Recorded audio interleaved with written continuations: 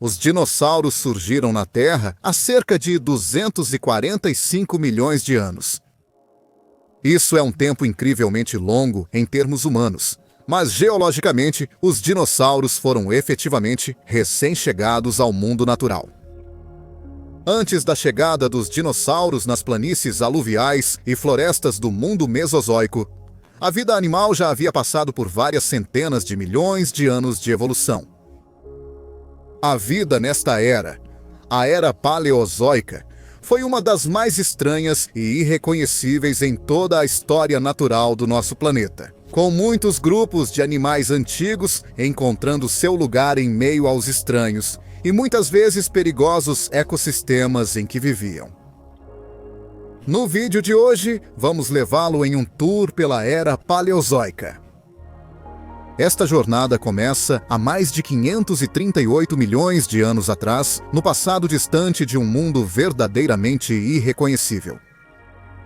À medida que avançamos no tempo, encontraremos cefalópodes colossais, insetos bizarros e mamíferos monstruosos, enquanto exploramos os continentes e ecossistemas do planeta ao longo deste segmento inimaginavelmente antigo na história natural da Terra. Sente-se e relaxe enquanto te levamos de volta ao Paleozoico para conhecer as formas de vida que apareceram em nosso mundo antes do surgimento dos dinossauros.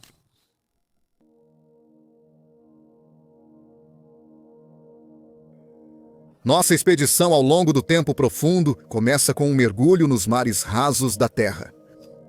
Não apenas a vida animal em terra está ausente no Cambriano na maior parte do tempo, mas seria impossível sobreviver aqui como um viajante do tempo humano. Durante a maior parte do período, os níveis de dióxido de carbono aqui teriam sido letais para você e eu. Enquanto as bactérias poderiam sobreviver nas massas de terra rochosas e desertas deste amanhecer primordial, criaturas complexas não poderiam e dependiam da segurança do mar. Apesar disso, a vida animal no mar era muito mais rara do que é hoje. A vida estava realmente encontrando seu espaço, e criaturas grandes eram raras. Este era um mundo onde os animais mais grandes e complexos tinham cerca de 1,5 metros, e muitas das espécies na Terra se concentravam em recifes de arqueocitídeos. Esses animais básicos, semelhantes a esponjas, formavam colônias nos oceanos, permitindo que animais maiores se sustentassem com os nutrientes presentes. A Era Paleozoica começou com a explosão cambriana, um período de rápida evolução que viu muitos grandes grupos de animais surgirem ao mesmo tempo. Aumentos no conteúdo de oxigênio aquático, combinados com o surgimento de codificação genética e ferramentas dentro das formas de vida simples existentes, permitiram que isso acontecesse. Logo, os animais não eram apenas minúsculos filtradores de alimentos, mas organismos avançados com olhos compostos que podiam ver, nadar, se reproduzir e caçar. Em nenhum lugar do mundo, os fósseis da explosão cambriana são mais proeminentes do que o xisto Burgess nas montanhas rochosas canadenses. A maioria dos livros que abrangem uma ampla gama de vida pré-histórica frequentemente mostram diagramas ou reconstruções da vida no xisto Burgess, com todos os invertebrados bizarros que chamavam este antigo pedaço de leito marinho raso de casa. Hoje, esses fósseis de 500 milhões de anos ainda preservam os olhos, cérebros e carapaças das criaturas que viveram e morreram aqui, e a partir deles, os cientistas conseguiram obter uma visão incomparavelmente clara da vida cambriana. O habitante mais famoso do xisto Burgess, se não o animal mais famoso de todo o período cambriano, era o Anomalocaris, uma criatura semelhante a um camarão, de 50 centímetros de comprimento, que se movia usando estruturas semelhantes a barbatanas nas laterais de sua carapaça. Com olhos compostos complexos colocados em hastes, ele poderia ter uma visão clara de todo o seu entorno, o que teria ajudado a localizar presas tanto no fundo do mar quanto acima dele. Usando dois apêndices semelhantes a tentáculos na frente de sua cabeça, ele era capaz de manipular e quebrar as conchas de trilobitas e outros invertebrados antes de levar a carne até as partes bucais, na parte inferior de sua cabeça. Anomalocaris era um antigo membro carnívoro da ordem Radiodonta, um grupo que teria sucesso nas primeiras fases do Paleozoico. No leito marinho do domínio de Anomalocaris, florescia um ecossistema inteiro de animais bizarros. Trilobitas, caranguejos ferradura e antigos parentes de crustáceos viviam em números imensos e deixaram fósseis imaculados para os cientistas de hoje interpretarem. Embora esses animais se assemelhassem, na maior parte, aos seus parentes vivos, muitas criaturas aqui eram diferentes de qualquer coisa na Terra hoje. Acredita-se que o Euaxia, um antigo molusco do tronco, esteja relacionado aos vermes de cerdas de hoje. Parecendo um animal semelhante a uma lesma escamosa, com várias espinhas defensivas correndo pelas costas, acredita-se que se alimentava de detritos que flutuavam de níveis mais altos na coluna de água.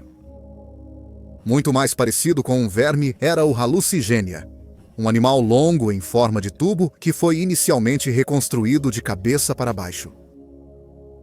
O que os paleontólogos uma vez pensaram serem suas pernas são, na verdade, espinhos que armavam o lado superior do seu corpo para protegê-lo de ataques. Acima desses animais, muitas pequenas criaturas semelhantes a moluscos que nadavam livremente capturavam comida da água. A misquia, um animal semelhante a uma lesma do mar, com barbatanas e tentáculos que usava placas duras na boca para triturar comida, era comum, assim como o bizarro picaia, um animal semelhante a uma enguia que mostra um dos primeiros exemplos do que pode ser o precursor da coluna vertebral no registro fóssil. A China também produziu uma vasta seleção de fósseis do Cambriano, um dos quais pode ter sido o maior animal vivo durante esse período na história da Terra. Com 1,5 metro, ou aproximadamente 5 pés de comprimento, Omnidens amplus era um animal largo, que cavava, semelhante a um verme, talvez relacionado ao Hallucigenia. Diferentemente de seu homólogo canadense, Omnidens era um predador. Armado com partes bucais largas e espinhosas que se projetavam de ambos os lados de sua cabeça, acredita-se que este leviatã à espreita se esconderia à espera de presas para nadar por cima enquanto se enterrava no fundo do mar. Disparando para fora da areia como um crocodilo moderno, sua presa seria enredada nos espinhos de suas partes bucais, provavelmente arrastada de volta para a areia para encontrar seu destino?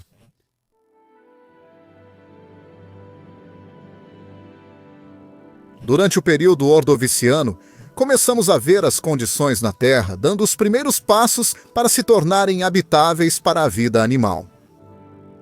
Com a chegada das plantas terrestres, cerca de 470 milhões de anos atrás, as condições tropicais quentes da paisagem rochosa do Paleozoico começaram a ser intercaladas com manchas de vegetação.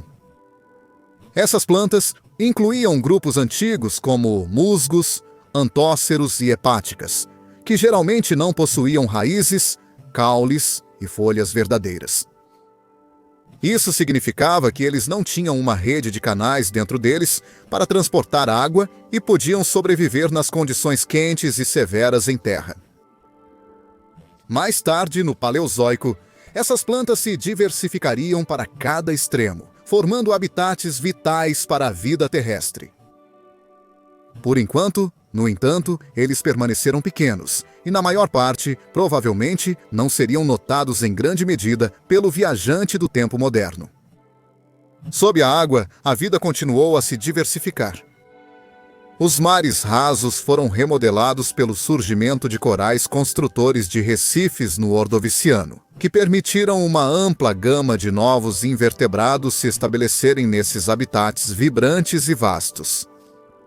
No meio dos corais, inúmeros braquiópodes, animais semelhantes a moluscos de concha dura, prosperaram ao lado dos crinoides semelhantes a plantas, cujos longos talos e braços emplumados ajudavam a filtrar alimentos da corrente. Ao longo dos leitos marinhos arenosos, os trilobitas ainda floresciam em inúmeras formas e espécies, pegando comida dentro do sedimento e se protegendo com uma armadura flexível e blindada. Por sua vez, esses invertebrados resistentes forneciam uma importante fonte de alimento para muitas das criaturas maiores nos mares do Ordoviciano, incluindo uma nova linhagem de invertebrados antigos que permaneceriam em nossos oceanos pelo resto do tempo conhecido.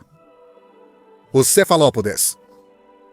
Os cefalópodes evoluíram no final do Cambriano como pequenos animais de corpo mole que se moviam rapidamente pelos recifes, pegando partículas de comida dentro da corrente.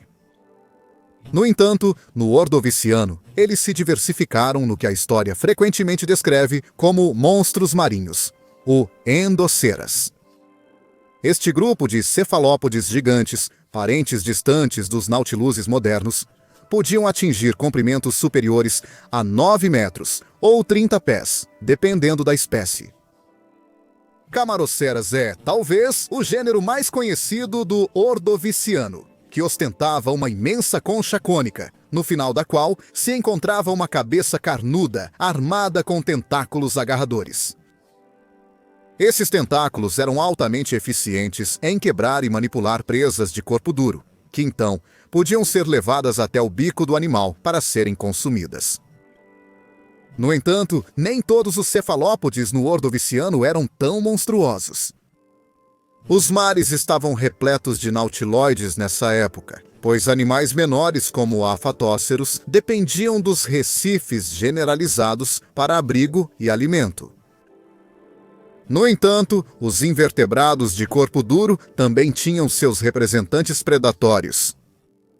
Cerca de 460 milhões de anos atrás, o mundo foi agraciado com a presença dos Euripterídeos, um grupo de invertebrados blindados e de natação livre que se assemelhavam a lagostas, conhecidos coloquialmente como escorpiões Itzi. Embora este grupo tenha sobrevivido até o final do Paleozoico, eles estão mais intimamente associados com os períodos Ordoviciano e Siluriano vindouros, quando gêneros como Megalograptus evoluíram. Com aproximadamente 80 centímetros, ou pouco menos de 1 metro de comprimento, o Megalograptus ohioensis vasculhava as antigas linhas costeiras e águas costeiras do que um dia se tornaria os Estados Unidos, usando seus longos e espinhosos braços, semelhantes a pinças, para capturar presas. Essas presas variavam desde pequenos invertebrados de corpo mole até alguns ancestrais primitivos dos peixes.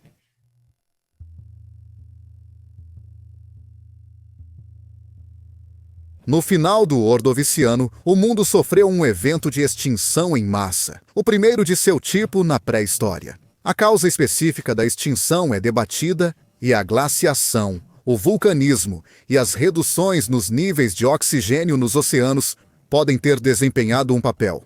85% da vida marinha se extinguiu neste ponto, um fim catastrófico para o período Ordoviciano que viu um enorme número de trilobitas, braquiópodes, corais e mais desaparecer. O palco estava pronto para a emergência de nova vida no período siluriano que se seguiu, e ela realmente emergiu.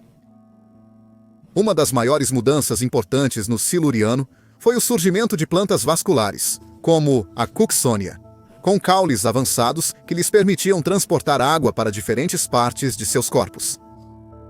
Esse foi um grande avanço na vida das plantas que permitiu à vegetação colonizar a Terra.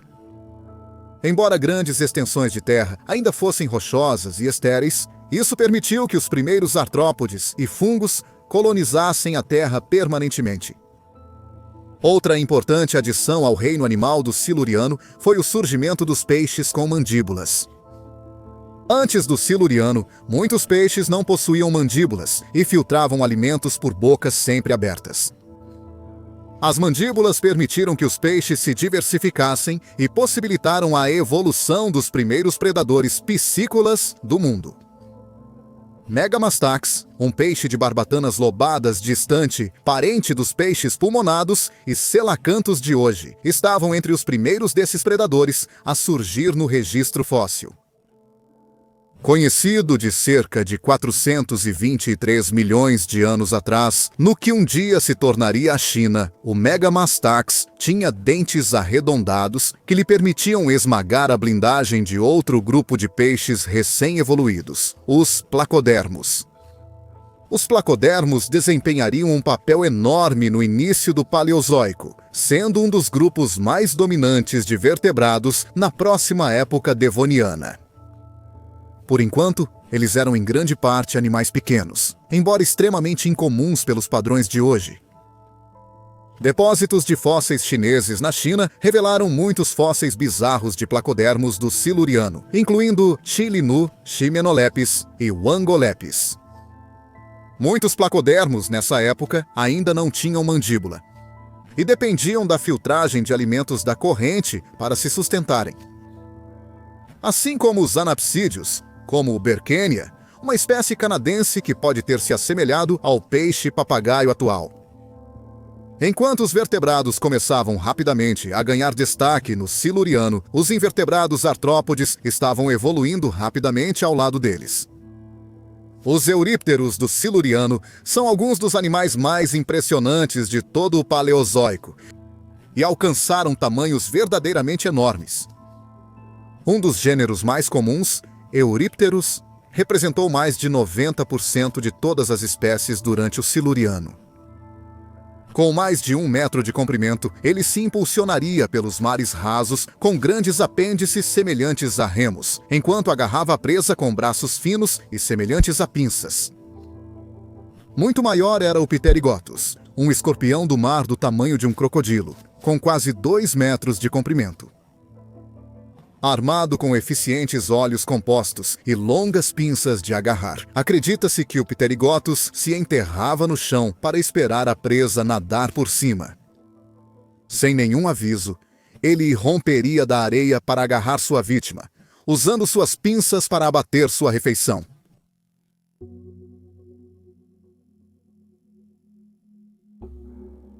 No Devoniano, o mundo começou a se assemelhar à Terra moderna pela primeira vez desde a explosão cambriana.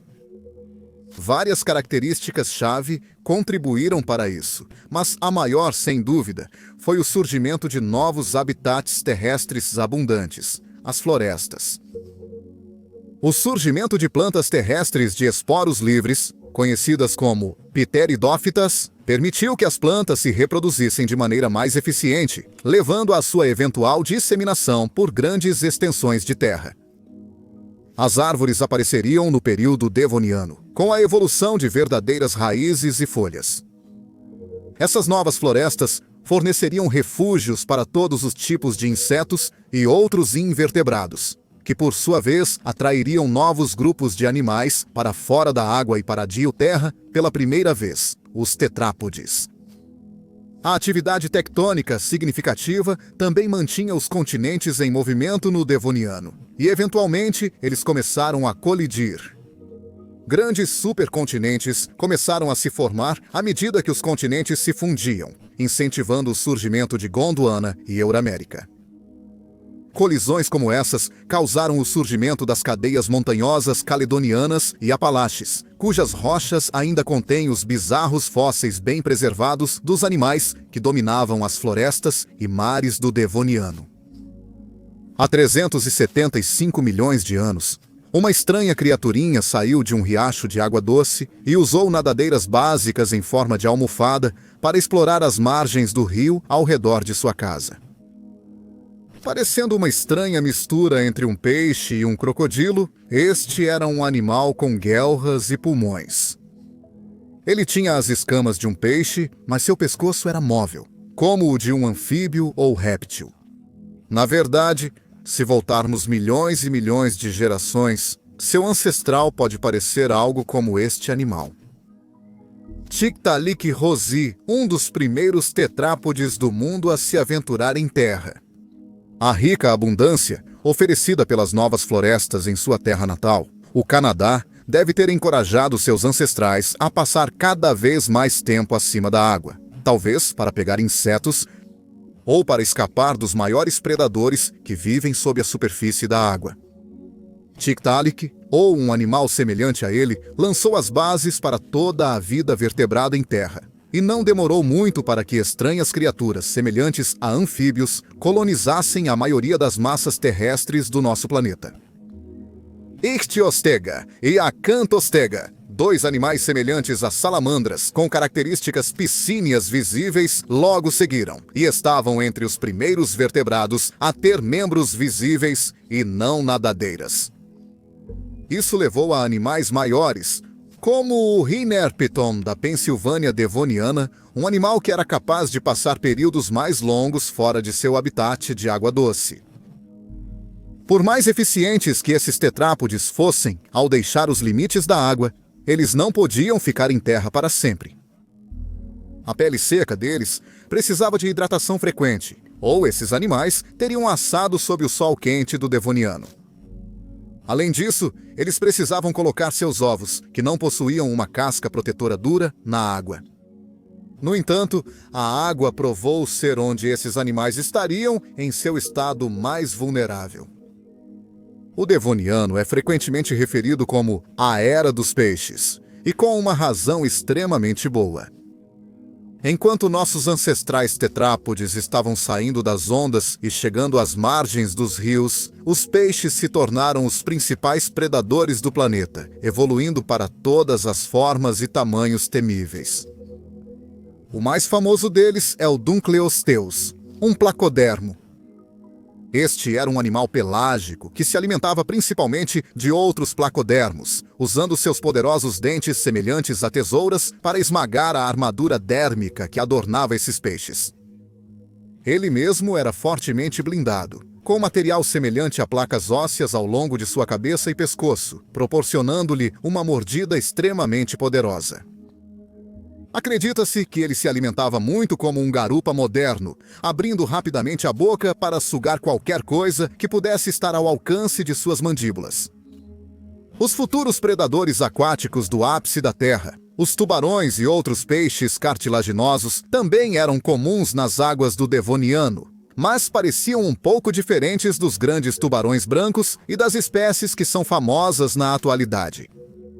O Stetacanthus, também conhecido como tubarão-tábua de passar, é famoso por sua barbatana dorsal incomum, que tinha formato de uma bigorna de ferreiro e era coberta por dentículos espinhosos que podem ter sido usados para fins de exibição durante o acasalamento. Outros grupos, como os Acanthodians, mal se pareciam com os peixes cartilaginosos de hoje. Esses variavam em forma desde o Climaetus, semelhante a uma sardinha e com 7 centímetros de comprimento, até o extravagante Brochoademonus, um animal semelhante a um peixe-faca, com um corpo profundo, corcova nas costas e focinho afilado. Talvez o mais parecido com um tubarão entre os peixes cartilaginosos do Devoniano fosse o Cladocelac, um predador pelágico de quase 2 metros de comprimento que se assemelhava em parte aos tubarões macô de hoje. Com barbatanas peitorais largas e uma barbatana dorsal pontiaguda, este peixe seria um dos primeiros no oceano a evoluir para a forma eficiente que vemos nos predadores marinhos de topo de hoje.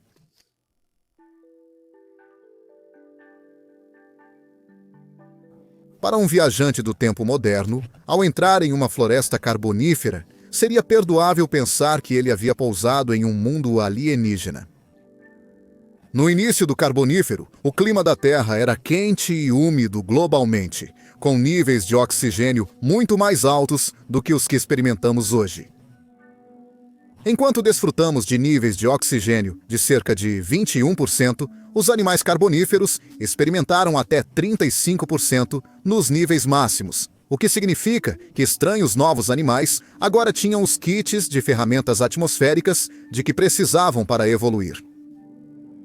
Isso se deveu, em parte, à propagação de florestas de pântano aparentemente intermináveis em todo o mundo, que levaram à formação de ricos depósitos de carvão quando eventualmente se fossilizaram.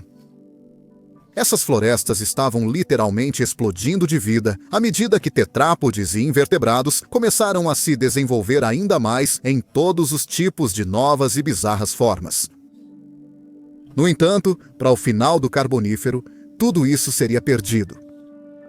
O colapso das florestas pluviais do Carbonífero veria o declínio dessas florestas em todo o mundo, resultando em condições muito mais secas para as criaturas que seguiriam no eventual período Permiano. Se o Carbonífero pudesse ser associado a apenas uma coisa, seriam os artrópodes gigantes. Em grande parte das florestas de pântanos globais, graças aos níveis aumentados de oxigênio no ar, insetos, aracnídeos e miriápodes poderiam assumir tamanhos que normalmente associaríamos a grandes tetrápodes, o que levou a algumas das configurações mais estranhas e, para aqueles com medo de insetos, mais aterrorizantes de toda a pré-história. O Carbonífero, então, veria o surgimento dos primeiros grandes predadores aéreos de topo, libélulas do tamanho de falcões. Meganeura, um parente das libélulas modernas, pertencente a um grupo conhecido como Meganisoptera. Era o rei dos céus do Carbonífero, usando suas pernas robustas para agarrar presas em pleno voo dos pântanos e galhos de seu úmido lar. Enquanto voava, suas pernas poderiam se juntar para formar uma armadilha para presas em luta, que poderiam então ser consumidas quando o inseto pousasse. Assim como as libélulas modernas, acredita-se que a meganeura fazia sua casa ao redor das margens de lagoas e lagos, e era capaz de pegar não apenas insetos, mas também peixes e anfíbios. Um dos animais mais icônicos de todo o Paleozoico também poderia ser encontrado nestes pântanos, o Arthropleura, um milípede colossal e um dos maiores artrópodes de todos os tempos. Com mais de 2,5 metros, ou 8 pés de comprimento, este invertebrado blindado passava grande parte do seu tempo rastejando através da folhagem no chão das florestas de pântano, procurando vegetação para comer.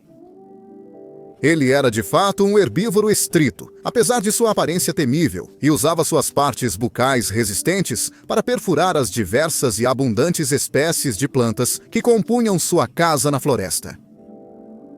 Porém, os invertebrados não eram tão pacíficos.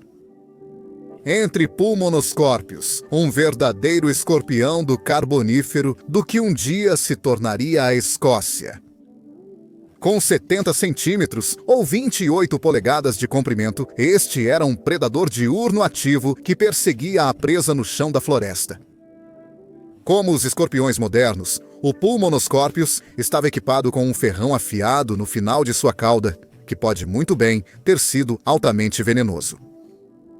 Ele teria se alimentado de outros artrópodes, bem como vertebrados, prendendo-os com suas pinças antes de dar uma ferroada fatal.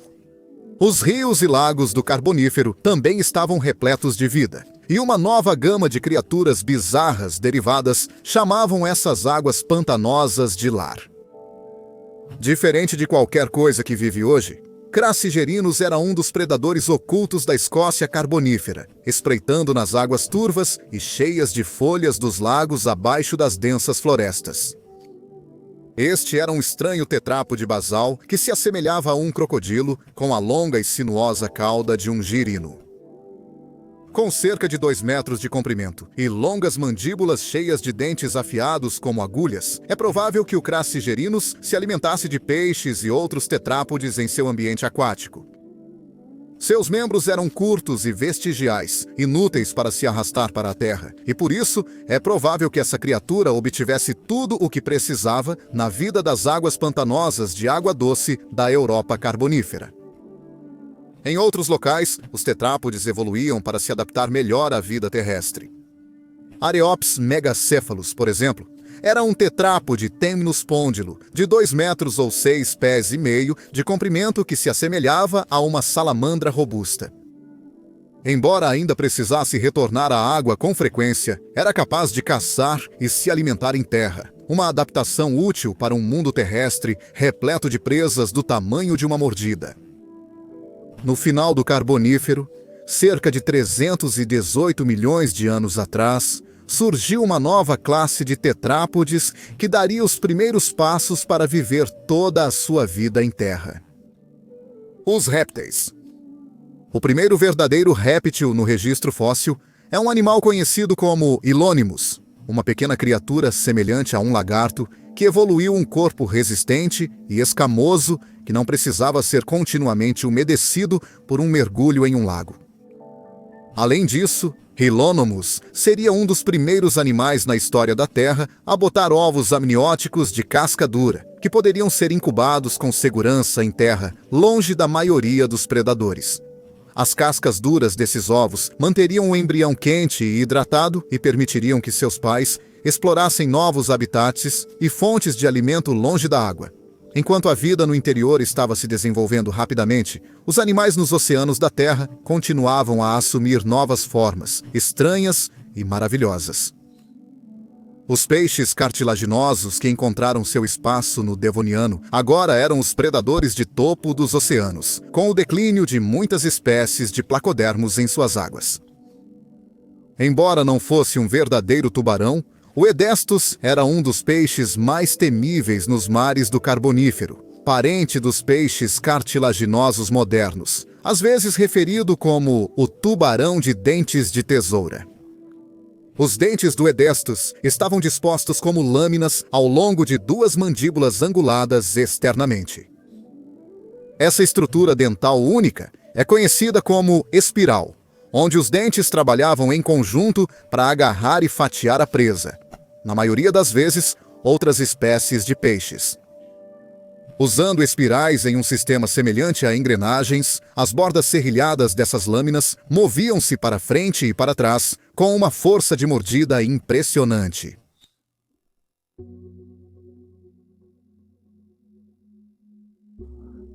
As vastas florestas de pântanos carboníferos começaram a declinar quando os continentes do mundo se uniram no início do Permiano, formando um supercontinente massivo, Pangaea. Este foi um desenvolvimento massivo para a vida na Terra, pois a construção de Pangaea desviou as correntes oceânicas e impôs um período de intensa mudança climática em todo o mundo. O Permiano é caracterizado por vastas extensões de mato e desertos secos e quentes no centro do supercontinente, com segmentos polares cobertos por calotas de gelo. Para os animais semelhantes a anfíbios, que compunham a maior parte da vida vertebrada no interior, era uma questão de se adaptar ou morrer. As florestas ainda estavam presentes durante o Permiano, mas eram muito menos vastas e densas do que eram no Carbonífero. Insetos gigantes permaneceram voando pelas florestas do Permiano por um breve período, mas logo entraram em declínio à medida que as condições climáticas mudavam. Este era um mundo que iria para os répteis e um novo estranho tipo de vertebrado, os mamíferos primitivos. Talvez o animal mais famoso de todo o Paleozoico seja o Dimetrodon. Frequentemente confundido com um dinossauro, este predador de aparência réptil e com costas em forma de vela era, na verdade, o produto de milhões de anos de evolução de tetrápodes que resultou nos primeiros sinapsídeos, ou mamíferos primitivos, chegando à cena. As maiores espécies de Dimetrodon podiam atingir mais de 4 metros, ou 15 pés de comprimento, e provavelmente atuavam como os predadores de topo de seus respectivos ecossistemas. Pela primeira vez na história da Terra, os tetrápodes haviam crescido para ser verdadeiramente massivos, conquistando a cadeia alimentar e preenchendo cada nicho disponível.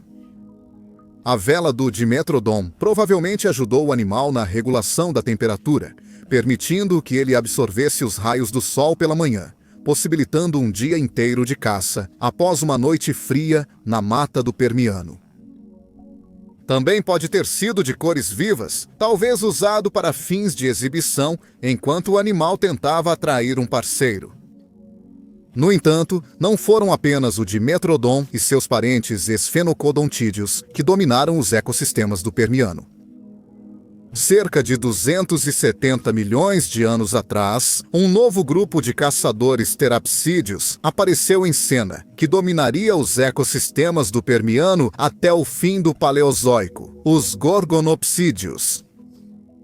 Com aparência mais semelhante a mamíferos do que qualquer sinapsídeo anterior, Esses caçadores parecidos com cães possuíam os primeiros dentes de sabre do mundo, capazes de perfurar a pele dura de suas presas. O maior e um dos mais conhecidos gorgonopsídeos era o Inostrancevia, cujas algumas espécies podiam atingir mais de 3,5 metros de comprimento na idade adulta.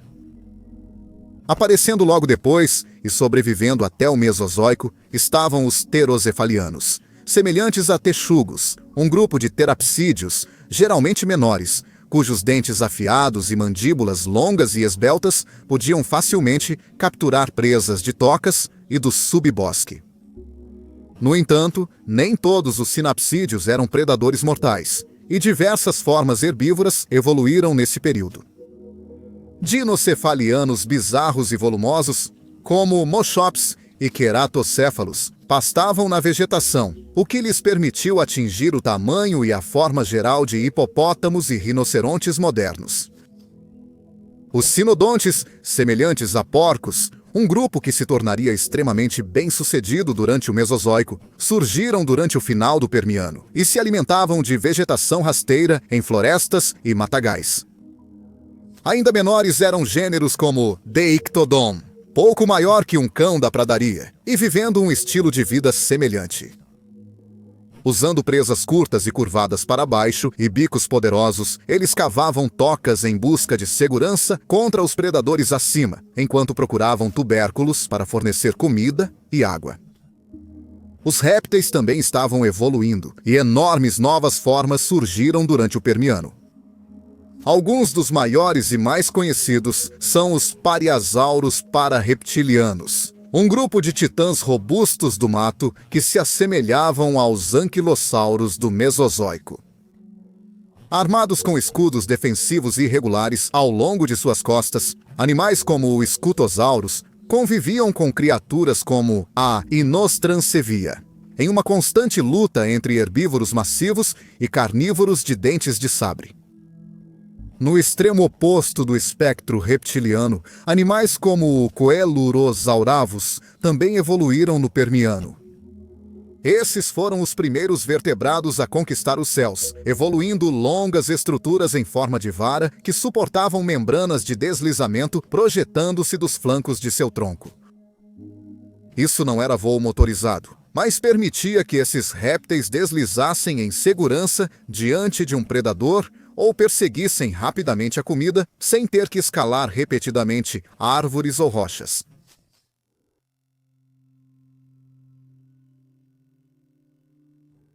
No final do período Permiano, cerca de 251 milhões de anos atrás, a Terra foi mergulhada na pior crise ecológica que já enfrentou: a Grande Morte. Esta extinção em massa, a pior que a vida na Terra já experimentou até hoje, erradicou até 90% de todas as espécies que haviam evoluído até então. Centenas de milhares de linhagens desapareceram num piscar de olhos geológico após milhões e milhões de anos de evolução. Grandes grupos de insetos, sinapsídeos e répteis desapareceram da Terra, enquanto a atividade vulcânica lentamente sufocava o planeta, enquanto na água inúmeros invertebrados marinhos e peixes lutavam para sobreviver. O mundo ficou com um punhado de sobreviventes, animais adaptáveis e generalistas que conseguiam sobreviver nessas condições severas. O que veio a seguir foi a Era Mesozoica. Aqui, os sobreviventes da Grande Morte produziriam novas linhagens de sinápsidos, répteis, peixes, anfíbios e invertebrados no próximo período Triássico. Em direção ao final do Triássico, um grupo de animais evoluiria, que por sua vez revolucionaria o mundo antigo, os dinossauros. Por enquanto, no entanto, esta é a história do Paleozoico, os animais que vieram antes dos dinossauros. O entendimento da ciência sobre a vida paleozoica continua a evoluir por si só. Pode ser difícil interpretar fósseis de mais de 500 milhões de anos atrás, mas novas espécies estão sendo descritas constantemente.